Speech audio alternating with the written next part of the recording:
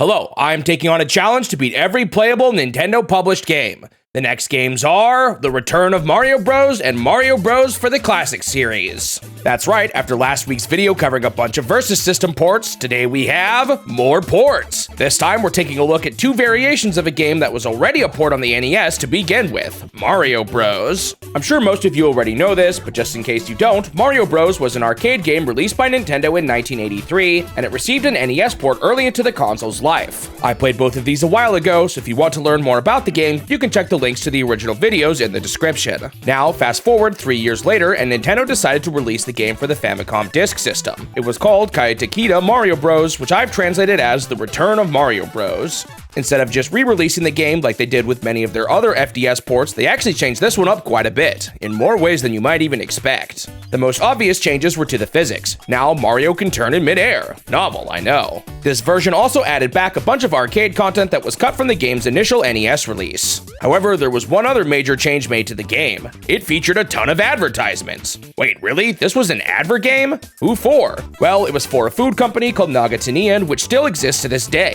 In 1986, Nintendo and Nagatinian teamed up to make Mario-themed food items, such as Mario Furikake and Mario Curry. Ads for these items directly appear in the game alongside a few other Nagatinian products. Kind of wild for an official Nintendo game. If you saw my video on Famicom Grand Prix 3D Hot Rally, you may recall that I said that it was the last FDS game to feature a competition. While that is true, Nintendo still wasn't done promoting their FDS games with prizes. This one featured a raffle system that allowed anyone who did good enough to enter. It's kind of like how the prizes worked for Miho Nakayama's Heart-Pounding High School. If you earned at least 100,000 points, you could win a Super Mario Bros. 3 card deck. With 200,000 points, you could earn a free game of your choice, although they specifically mentioned Super Mario Bros. 3, and anyone who submitted would also have a chance to win a Super Mario Bros. 3 keychain. Wow, they were really counting on the popularity of Super Mario Bros. 3 with this one, huh? According to the ads, they handed out 150 games, 450 card decks, and 2,400 keychains. Okay, so that's the return of Mario Bros. What about Mario Bros. For the Classic series? Well, this one is a bit interesting since it was actually one of the last Nintendo published games on the NES. Not only that, but as far as I can tell, it only released in Germany.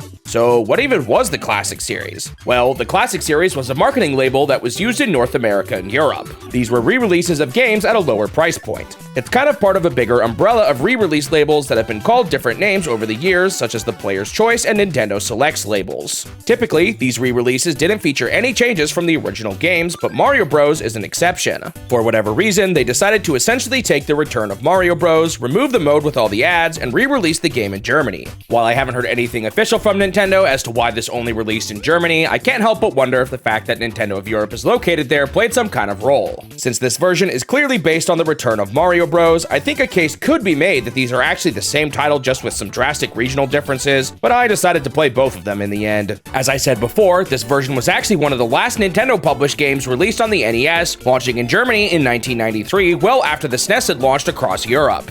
It's a bit weird to play such a late title so early on in the challenge, but it just made more sense to include it with my video on the return of Mario Bros. Alright, with all of that history out of the way, let's jump into my time with the games. Since the return of Mario Bros. Released much sooner, I played it first. Here, I could select Classic Mario Bros. Or Nagatinian World. Nagatinian World was the one used for the raffle, although honestly, it's barely different from the normal mode. There was also a place to register your name, and even a news option where a shell creeper explained the rules of the raffle. I decided to simply start with the Classic mode. Immediately, I was shown a cutscene advertising the Mario Furikake. A sign appeared on the side saying Mario likes it. Well, you heard it here, folks. If Mario likes it, it must be good. Anyway, after this, the game started. The first thing I noticed was the better physics, and the fact that the shell creepers looked more like their arcade appearance. I'm not going to bother explaining all of the intricate details again, since I've already played this game twice before now, but in case you didn't already know, the objective of this game is to flip over enemies by jumping beneath them and then kicking them by running into them. A lot of the levels here were similar to the previous versions, although I've gotta say, the improved physics are really nice. Like before, we've got shell creepers, sidesteppers, and fighter flies. Man, you can really see how much better the sprites are in this version. They flickered like crazy in the original NES port. After making it through 15 phases, I saw the first of the restored arcade content. The bonus level level where the floor vanishes. This was cut from the first NES port for what I can only assume to have been size constraints. After this, another cut mechanic returned, falling icicles. Now, despite this version adding back some of the trickier obstacles, the physics changes made it so much easier to dodge them. By the time I finally got a game over, I had gotten to phase 28, which was already better than I had done in any of the other versions where my highest was phase 21.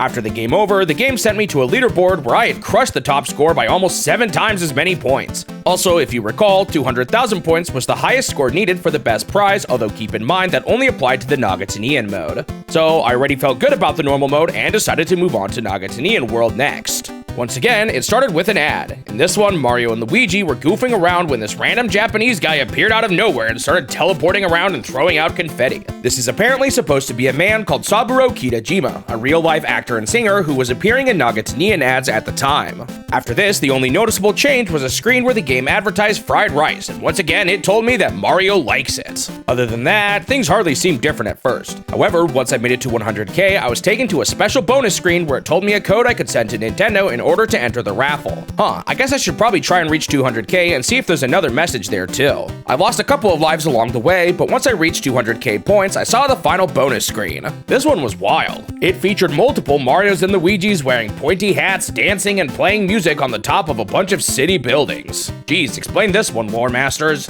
In the end, I made it to phase 32 before finally losing my last life. To my surprise, I was taken to a random slot machine after my game over. This was apparently a mini-game that gives you a chance to earn more lives back and keep the run alive, but I failed spectacularly, causing a shell creeper to pop out and kick his shell in rage. Well, getting the raffle scores for both games seemed like a good enough win condition, although I found out there was one more ad screen I had yet to see. Each time you select a mode, you get one of 3 random ads, so I just intentionally got game overs until I saw the last one. Oh, would you look at that? I actually got an extra life this time. Anyway, the last ad featured something called Gamoku Fried Rice Mix, so with that, my time with the return of Mario Bros was complete. Up next, let's take a look at my time with Mario Bros for the Classic series. Instead of having a Classic mode and a Nagatanian mode, we've now just got something closer to the original NES game, Modes A and B.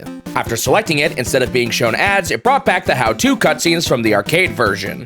These were missing in the original NES port, and while not a game changer, it's nice to see them back. Well, there's not actually a whole lot else new to see here, so I'm just going to go through this pretty quickly. Without the 200,000 point objective, my goal will be to see every main mechanic in the game, which basically means I'll keep going until the stages start to loop. This means I just need to beat phase 22. Once again, the improved physics are a game changer. It's clearly the best version of this game on the NES, so it's kind of too bad this never released anywhere else in the West besides Germany. I actually ended up cutting it kind of close. By phase 22, I had no extra lives remaining, but I managed to pull through and beat my goal. I kept the run alive for a few more levels and lost my last life at phase 26. Well, I guess I might as well try to beat phase 22 in mode B now too. I think this mode was supposed to be harder, but putting the footage of both modes side by side, I can't even tell what's different. I crushed it this time, getting all the way to phase 31 before getting wrecked by an icicle and losing my last life. Oh look, I even managed to hit that 200,000 score here too. With that, my time with Mario Bros for the Classic series was complete. On to the reviews. Well, these are definitely the best versions of these games on the NES. Is that enough for me to bump their previous scores up a notch though? I'm not so sure. The new physics are clearly the best part here, and adding back some of the missing arcade mechanics are an obvious plus too. However, my thoughts on the original game still largely remain unchanged. The game is simple and fun, and the unique bonk and flip mechanics make the game feel pretty unique. However, like many high score chasers in the challenge, I kind of lost interest quickly and never really felt like going back to beat my own high scores. I guess if I were to compare the two versions I played here, I'd probably prefer not to play the game while being bombarded with ads, although they did sort of add a funny novelty to the game at least. All in all, if you like the original Mario Bros, these are clearly the best versions of them on the NES, but for me personally, they still kind of end up in the just fine category. I gave the Return of Mario Bros and Mario Bros for the Classic series both a 6 out of 10. With both of the Mario Bros re-releases complete, I have now finished 81 out of the 155 NES games in the challenge, meaning I am now 52.26% of the way through all of the NES games. Thanks for watching the video. If you want to see more of these in the future, make sure you subscribe to the channel so that you won't miss out on the next one. Also leave a like if you enjoyed it, since it will help the channel grow and motivate me to continue this series. I hope I will see you in the next step of my quest to beat every Nintendo game.